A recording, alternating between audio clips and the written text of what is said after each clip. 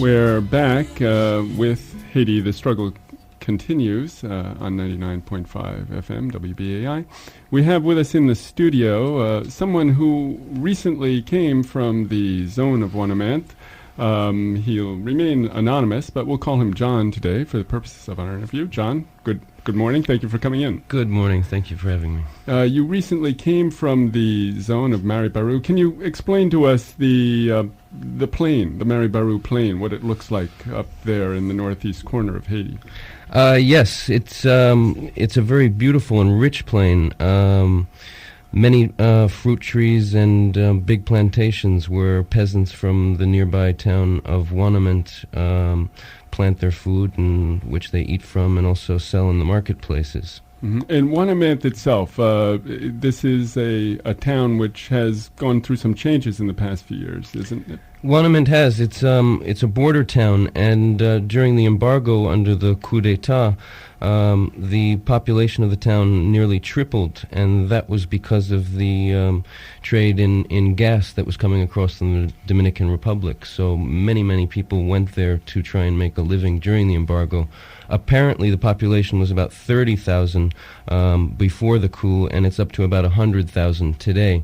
Mm-hmm. And although the embargo is no longer existing, people are still dealing in contraband from Dominican Republic, alcohol, stolen cars and motorcycles, cosmetics, cocaine, and stolen bags of donated rice and flour and sugar. Mm-hmm. So you spoke to some of the people in the area about the impending free trade zone. What was their reaction? What did peasants on the Mari Barou plain think about this project? I did. I spoke with many people out there in the area where the zone is planned, and the elders in the area were quite wary of it. However, they felt that by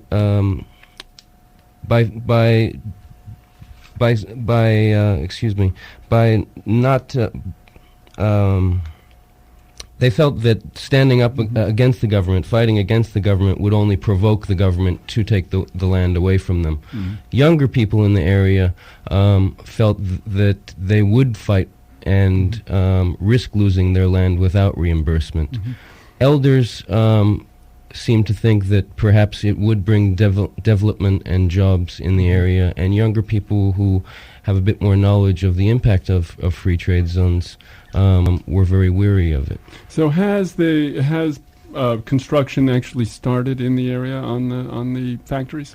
No construction has started, but a fairly big portion of the land was damaged during the groundbreaking ceremony that took place in April, where a big pavilion was apparently built and a helicopter landed and a large motorcade of, I believe, senators and deputies arrived and just drove through people's fields to get to where the groundbreaking ceremony was held. And is there any indication of how products will move from the free trade zone to the Dominican Republic? Is it through the town of Ouanaminthe, or how will that work? No, it's interesting. The area is called Pito Bay, and it's a few kilometers west of Ouanaminthe. And what they apparently are planning to do is build a private road that will cross the Rivière Massac into the free trade zone, Massac River, into the free trade zone, thereby circumventing Ouanaminthe entirely. And I suppose that they will set up a border crossing and tax control place specifically for the free trade zone there. Did anybody give you any idea of the reason why Dominicans might be wanting to build a free trade zone in Haiti?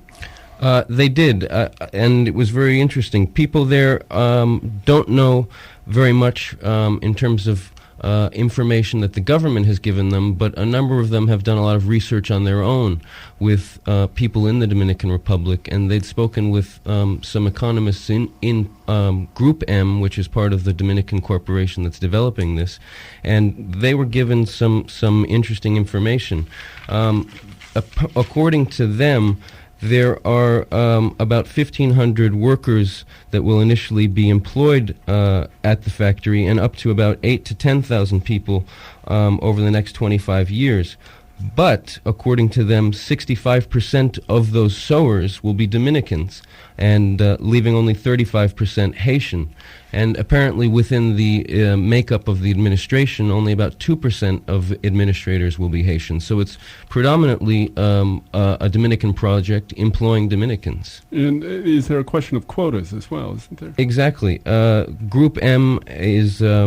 it has big factories in the Dominican Republic, I think namely in Santiago, and apparently they have reached their quota. They can no longer export any more apparel than they are currently to the United States. To the United States. There's a cap on how much they can send each year. So by going to Haiti, they can stamp what they produce as being made in Haiti, and therefore they are not they're not withheld because of their own quota. They're using Haiti's quota. Mm-hmm. But the things will be made, stamped in Haiti, and they'll be driven across the border and sent with everything else from the Dominican Republic to the U.S. There are a number of human rights and popular organizations in the area, both on the Dominican side in Dajabon and in Ouanaminthe, working around this issue of the free trade zone. Solidarité Frontière is one that comes to mind. Did you speak with any of these groups and find out their resistance strategies? I spoke with some members of a few of these groups, and they have organized a few demonstrations. But one thing that they all asked for was to share with them whatever information we can find about the impact of free trade zones in other countries. And they want very much to use those materials to educate themselves and also to educate people in the area. Because, as I mentioned, many people who don't have land there and aren't at risk of losing that are very much, in a way, naive to what a free trade zone is, and they think it will give jobs to them or their children. They think it'll develop the area. Mm-hmm. I don't know if any of our other members have any questions, but I think we'll move on to the next segment, which will be our roundtable discussion after this. And we're going to go. Hazel Goodman is back with Hazel on Edge, coming to the Soho Playhouse Sunday, July 14th, Monday, July 15th, curtain time, 7 o'clock. Listen, Sylvia, of course I know black men and Latino men. What, you want a black man now? They're popular nowadays. Is that why you're wearing those braids? Next you'll be moving to Harlem. Hazel creates a city of characters. You see me? I ain't want no ugly man. But ugly Cyril doing things to me I can't repeat. He had me bawling for more.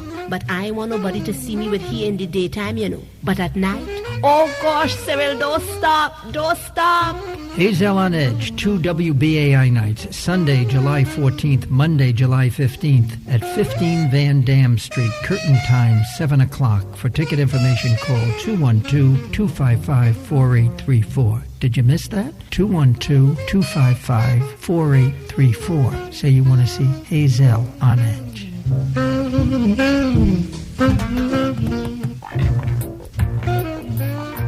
You are listening to Pacifica Radio, WBAI 99.5 FM in New York City.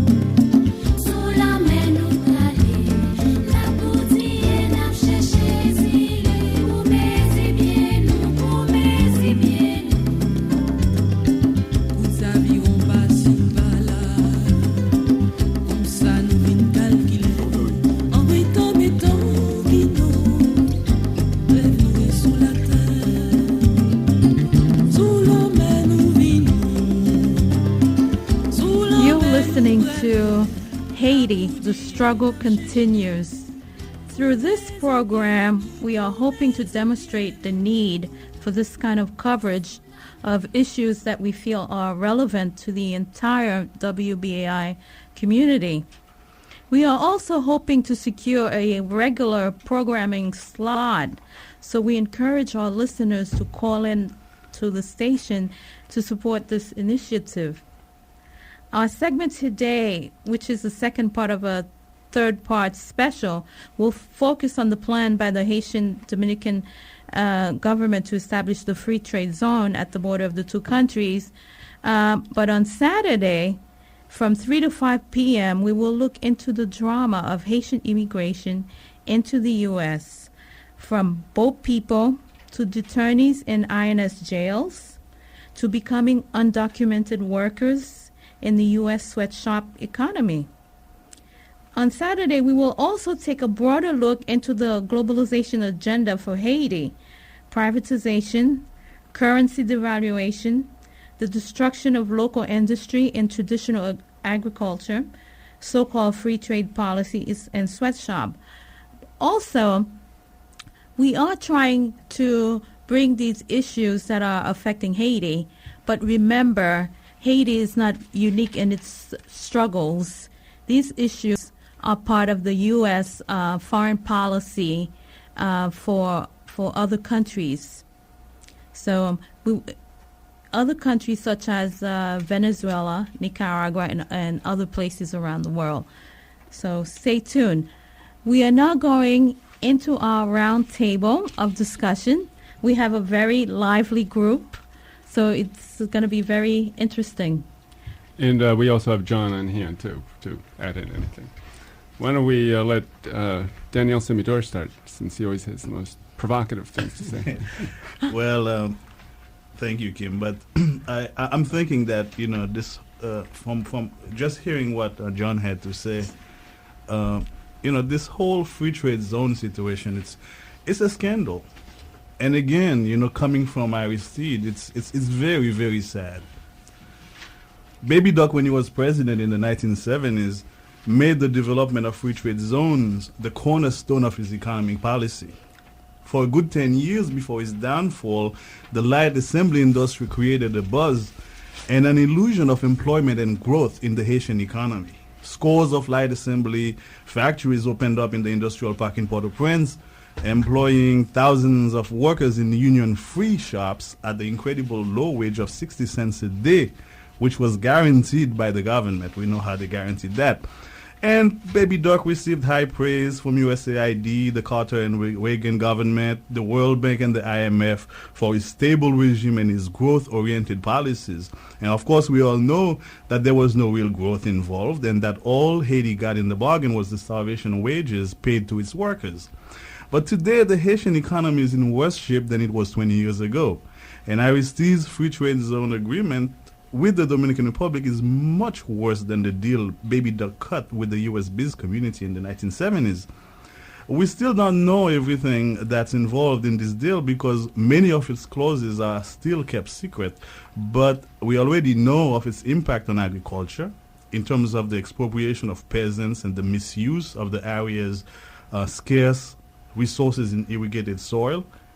And the Dominican-Haitian Free Trade Agreement is also a disaster because the Haitian government is apparently, I say apparently because this is, I don't have any hard fact in front of me, but is apparently conceding 5 kilometers of Haitian territory alongside the border as a no man's land under Dominican control to stem the flow of Haitian workers looking for work in the Dominican economy.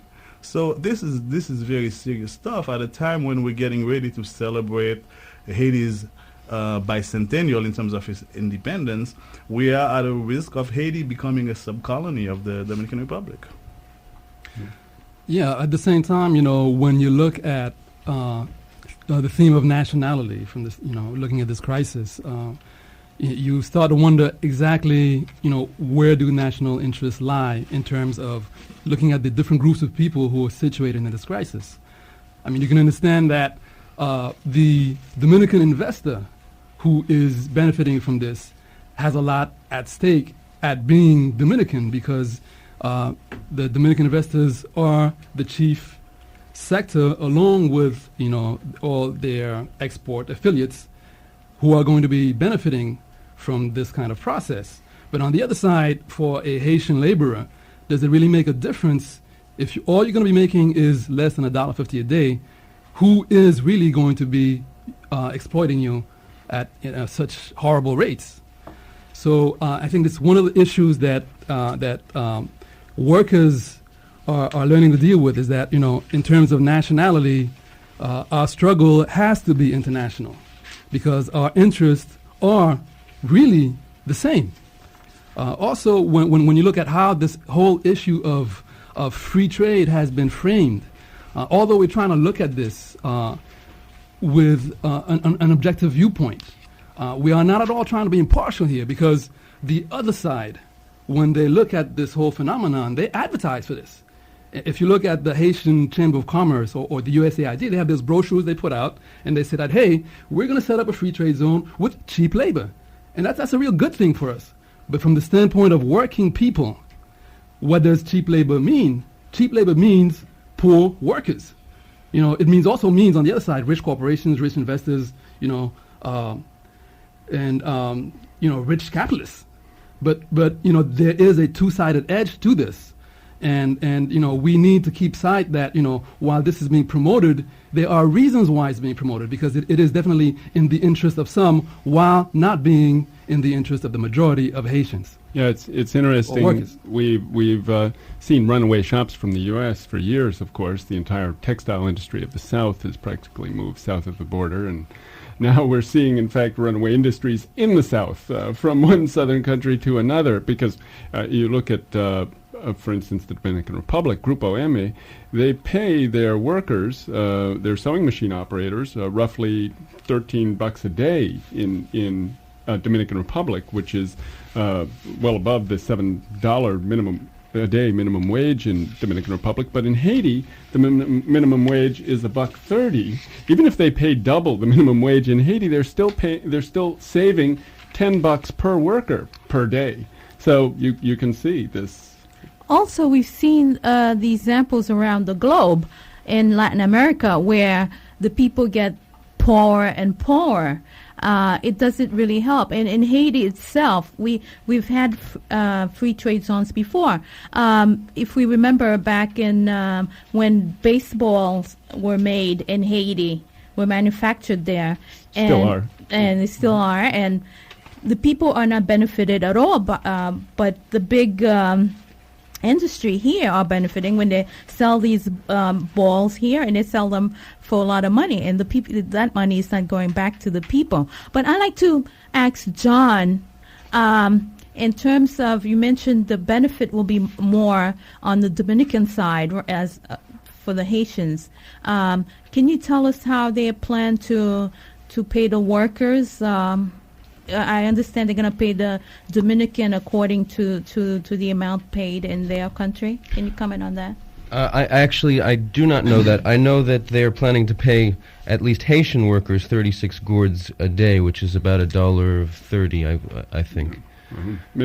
Minimum. And that's the Haitian minimum wage. And that's apparently for a 12-hour day, but as we see in free trade zones in many places, they frequently work much longer than that, and you're not necessarily paid by hour.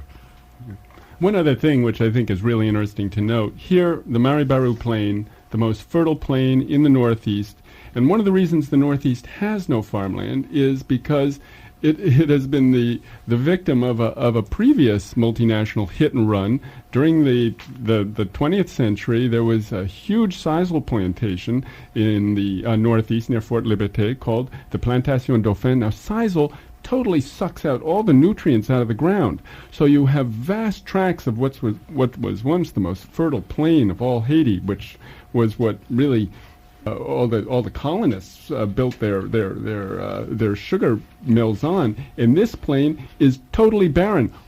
If you're going to build a free trade zone, it would be on barren land, not on the fertile zone. Kim, obviously the government is not interested in making the country productive, which is the way to get people out of poverty, and they should be using this land to produce, to plant, to come in with new farming techniques to instead of exporting, to export goods out of the country instead of importing food from around. Absolutely. But I think Kim's point is very important.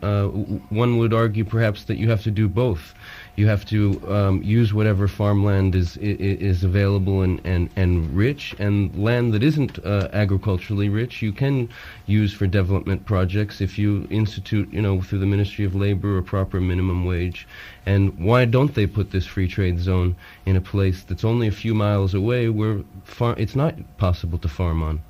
It's also interesting to note that, why are agencies like the USAID promoting plans like this? Because when you look at the whole food chain of exploitation here, you have to realize that the majority of the profit being generated from the exploitation of workers in countries like Haiti and the Dominican Republic, where the workers are paid, less than subsistence wages, the majority of the profit is actually ending up, overseas. And I'll just give a quick little example. Back in 1998, when Disney was running factories in Haiti, where they had subcontractors producing Disney garments, workers there were being paid 1/4 to 2% of the retail price of the garments they were sewing. So when it took workers, they were paid like 6 cents to make Dalmatian outfits that would sell like for $20 here. So an assembly line of 40 workers altogether, they would get paid $110 for producing garments that sold in the U.S. for about $29,000. Now, on that production line, the maquila operator, the local maquila operator, even if he makes a profit of 25 to 30%, which is generally about the average, you have to realize that the way the lion's share of the profit is ending up, in the industrialized world and the industrialized side, which is why it's very important for workers here in the U.S. to link up in their struggles with workers in dominated countries. Because why is that happening? The cheap wages in places like Haiti and the Dominican Republic are being used to depress the wage scale here in the U.S. Yes, on a different note, and to go back to something Christian said earlier about the internationalization of labor. This is just for our Dominican listeners. I want to send out this message that we're not bashing the Dominican Republic here. We're not certainly bashing the Dominican people. And the Haitian people need your solidarity actively to correct a situation that's very unjust and very unhealthy for both countries.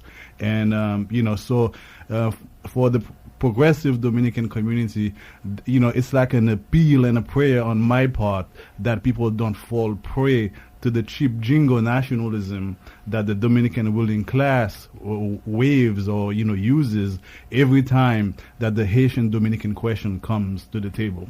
Yeah, and I would just add on a delegation that the Haiti Support Network took to Dominican Republic last April. We were really impressed with the powerful solidarity of the Dominican progressive movement, and it's really a vanguard role in fighting against a lot of these outrages. I think we have a few announcements we want to make at some point.